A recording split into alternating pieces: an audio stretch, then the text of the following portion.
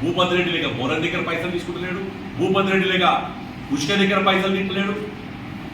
నిజాయితీగా పనిచేస్తున్నందుకు ముట్టడి చేస్తున్నారు, దేనికి చేస్తున్నారు? ఇవాళ పేద బడుగు బలహీన వర్గాలకు 30 నెలల నుంచి 7 సంవత్సరాల నుంచి మా ధర్మపురి అరవింద్ గారు నిజాయితీగా పార్లమెంట్ మెంబర్గా ఉంటే 30 నెలల నుంచి మా శాసనసభ్యుడు రాకేష్ రెడ్డి కానీ ధన్పాల్ సూర్యనారాయణ కానీ నిజాయితీగా ఉన్నారు. మీరు మా ఎమ్మెల్యే రాకేష్ రెడ్డి ఇల్లు ముట్టడి చేస్తారా? బిడ్డ రాకేష్ రెడ్డి కింది నుంచి లేబర్ పని చేసుకుని మీదికి వచ్చినోడు. రేపు పోతే కాంగ్రెస్ వాళ్ళ కొట్టు కాదు గోళీలు దిగినా ఆశ్చర్యపోవద్దు, అట్లుంటుంది ఆడ పోతే. నేను కాంగ్రెస్ నాయకులకు మరొకసారి తెలియజేస్తున్నాను, శాతకైతే అభివృద్ధిలో పోటీ పడండి. మేము తెచ్చినామని చెప్పి ఆడ ఓడిపోయిన వాళ్ళు బాల్కొండ కానీ, ఈడ కానీ, అర్బన్లో కానీ, ఆర్మూరు కానీ, అలాగే మిగతా దగ్గర బాన్స్వాడలో కానీ ఓడిపోయిన వాళ్ళు పెత్తనం చేసుకుంటూ ఇంకా ప్రైవేట్ గన్మెన్లా గవర్నమెంట్ గన్మెన్ల గన్మెన్లు వేసుకొని తిరుగుతున్నారు. వాళ్ళకైనా ఎక్కువ ఓట్లు వచ్చినాయి నాకు. సునీల్ రెడ్డి, వినయ్ రెడ్డి, వీళ్ళు రవీందర్ రెడ్డి, వీళ్ళ షబ్బీర్ అలీ, వీళ్ళందరికైనా ఎక్కువ ఓట్లు వచ్చినాయి మా అందరికి. కానీ మేము ఏడ గన్మెన్లు వేసుకొని తిరుగుతలేమే. ప్రజా సమస్యలు నిత్యం మాట్లాడుతున్నాం, నిత్యం నిలదీస్తున్నాం.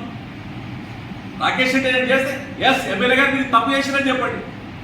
కానీ ఆయన నిజాయితీగా అభివృద్ధి దిక్కు ఒక దిక్కు ప్రయాణం చేస్తుంటే ఇలా మీరు మాట్లాడుతున్న మాట ఏ రకంగా పోతుంది అని అడుగుతున్నాను. రాకేష్ రెడ్డి ఒక్కడే కాదు, మా ధర్మపురి అరవింద్ గారు కూడా నాకు చెప్పడం జరిగింది. యావత్తు భారతీయ జనతా పార్టీ రాకేష్ రెడ్డి ఎప్పటి ఉంటుంది, ఇందూరు జిల్లా ప్రజలు ఎప్పటి ఉంటున్నారు.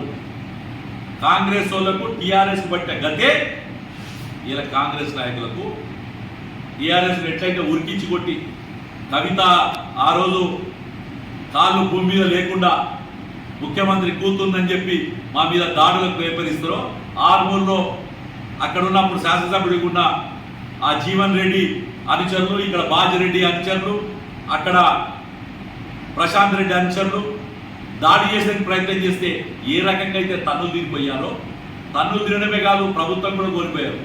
ఇలా రేపు గిట్ల ఏదైనా జరిగితే, సంఘటన జరిగితే దానికి బాధ్యత వహించాల్సింది ముఖ్యమంత్రి మహేష్ కుమార్ గౌడ్ ఇద్దరే అని చెప్తున్నాను ఇవాళ.